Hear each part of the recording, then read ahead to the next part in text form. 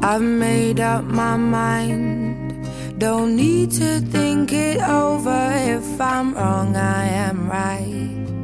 Don't need to look no further, this ain't last. I know this is life. I'm here today to talk about a disturbing question, which has an equally disturbing answer. My topic is the secrets of domestic violence. And the question I'm going to tackle is the one question everyone always asks. Why does she stay? Why would anyone stay with a man who beats her? I'm not a psychiatrist, a social worker, or an expert in domestic violence. I'm just one woman with a story to tell.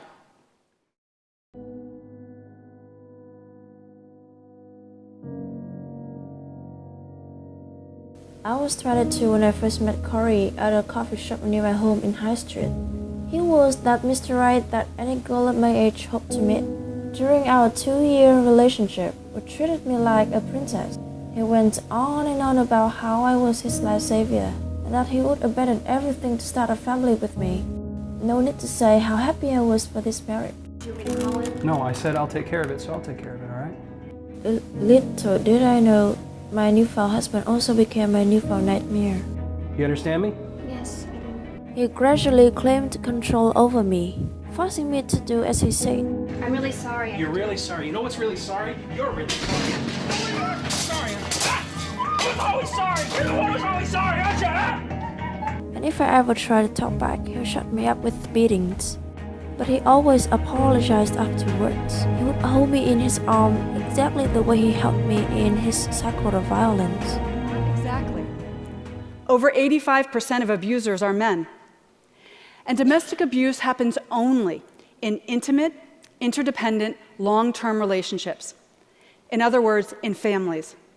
The last place we would want or expect to find violence. Usually beginning by controlling in small ways, then escalating their control, until frequently every step a victim takes is under her abuser's scrutiny.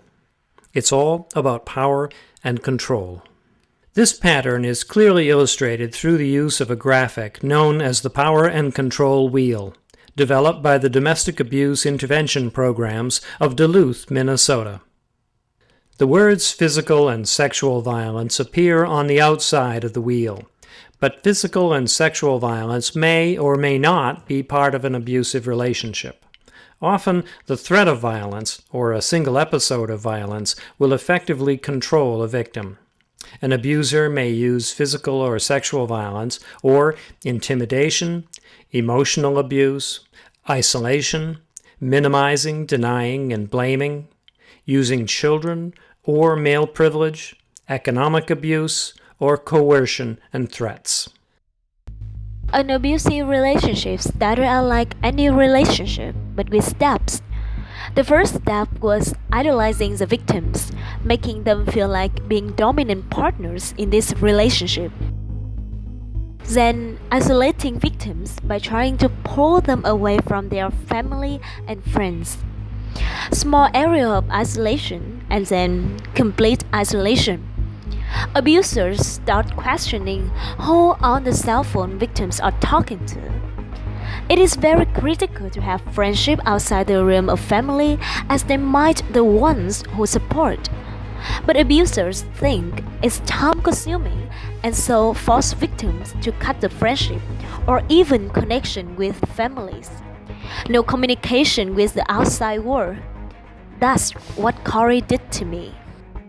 The third step is introducing the threats and seeing reactions. Corey started to hit me with a box first, saying that I made him mad when I work at night and he couldn't sleep. Then comes the final step, killing victims.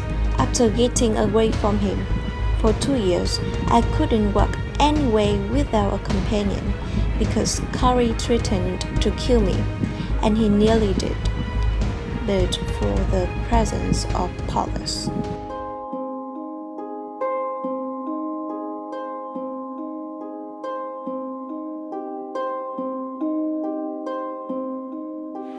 So my first message for you is that domestic violence happens to everyone. All races, all religions, all income and education levels. It's everywhere. And my second message is that everyone thinks domestic violence happens to women, that it's a women's issue. Not exactly.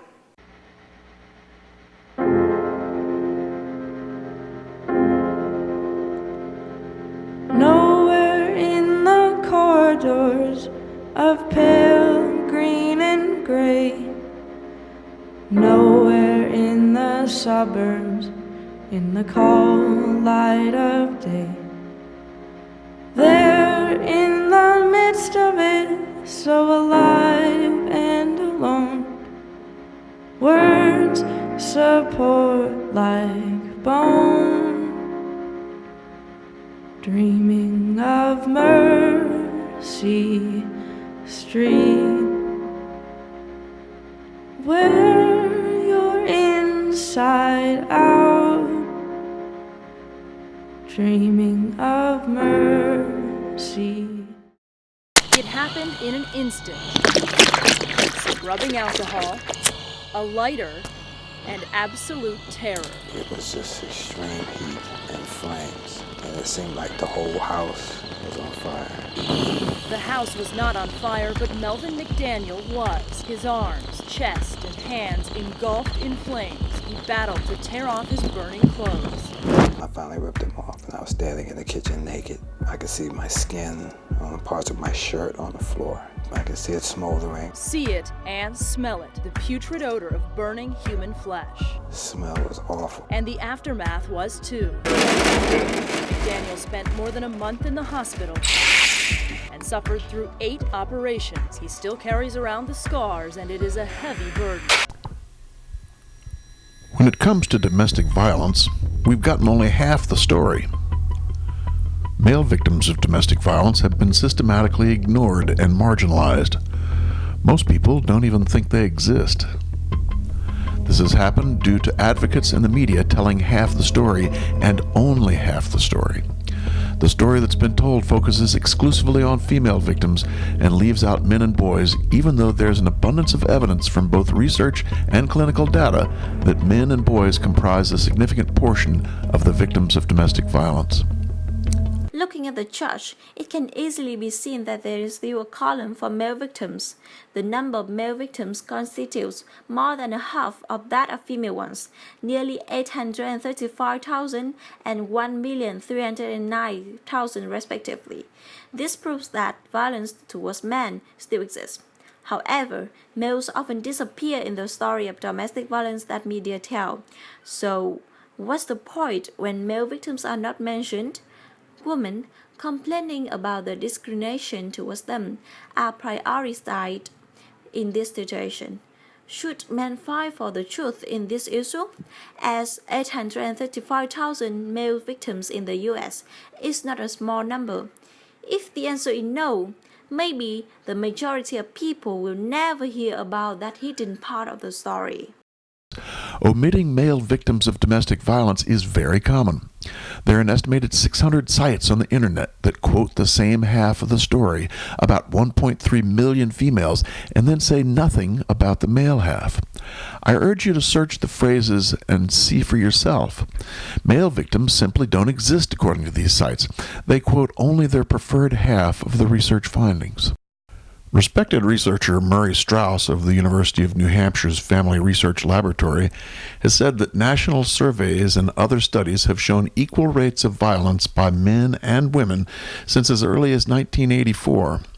But this evidence is typically ignored, concealed, and often explicitly denied by the academic community. Here is equality between two sexes, but the case is quite different from common one. The victims now are not women, but men, the strong gender.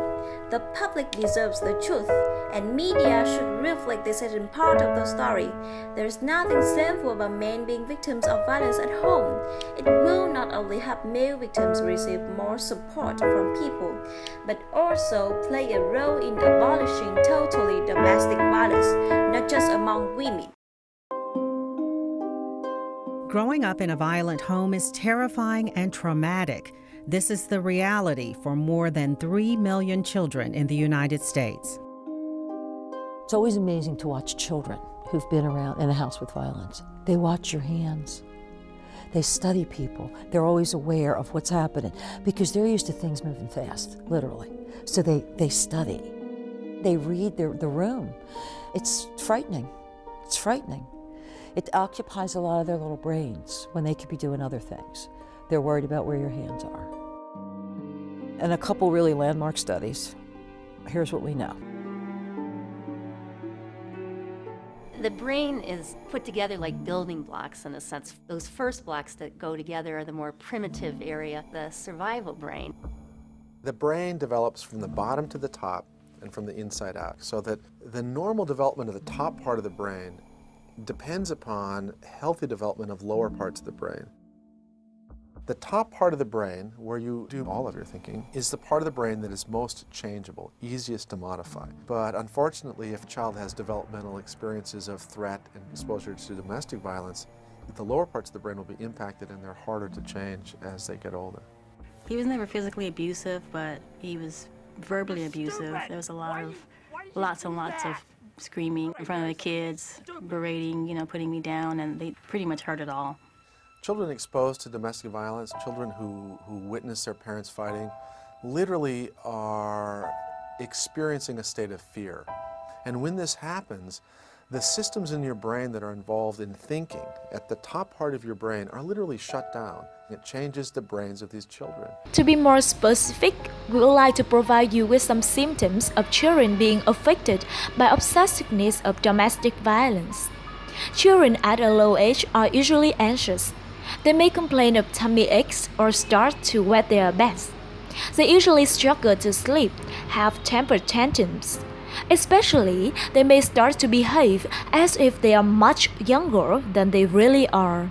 Surprisingly, it is also difficult to separate them from their abused parents when they start nursery or school. In contrast, children at a higher age react differently. Boys seem to express their distress much more outwardly, for instance, by being aggressive or disobedient. Typically, as influenced by their living condition, they also use violence instead of words to solve problems. They may imitate the behavior happening in their families.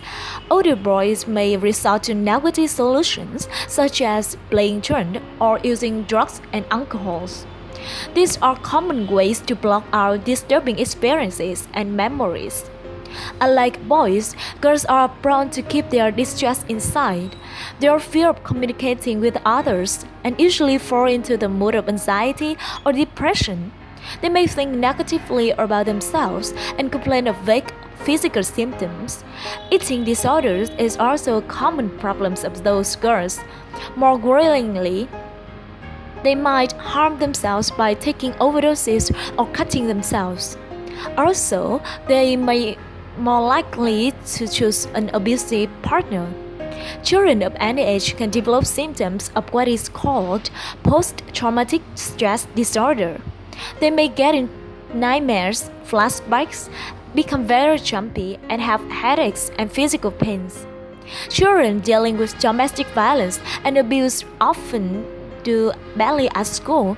Their frightening experiences at home make it difficult to concentrate in school, and if they are worried about their abused parents, they may refuse to go to school. The most important thing that parents need to understand is that the brain of their child will become exactly what the child was exposed to.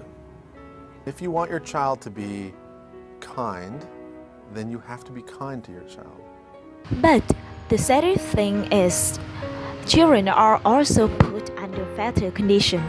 Even though they are indirectly exposed to domestic violence, only witness, they also become victims of killing threat as their mothers. This happens due to the fact that there is a close connection between kids and their mothers or fathers. In conclusion, domestic violence is not just each family's problem anymore, but it is a criminal that all the society should take serious. Domestic violence is pernicious. It ruins victims' lives, breaks families, and has impacts on the society. In the story of family violence, everyone is harmed, from victims, perpetrators, to children in these families. You have the power to end domestic violence simply by shining a spotlight on it. We victims need everyone. We need every one of you to understand the secrets of domestic violence. Show abuse the light of day by talking about it with your children, your coworkers, your friends and family. Recast survivors as wonderful, lovable people with full futures. Recognize the early signs of violence and conscientiously intervene, de-escalate it, show victims a safe way out.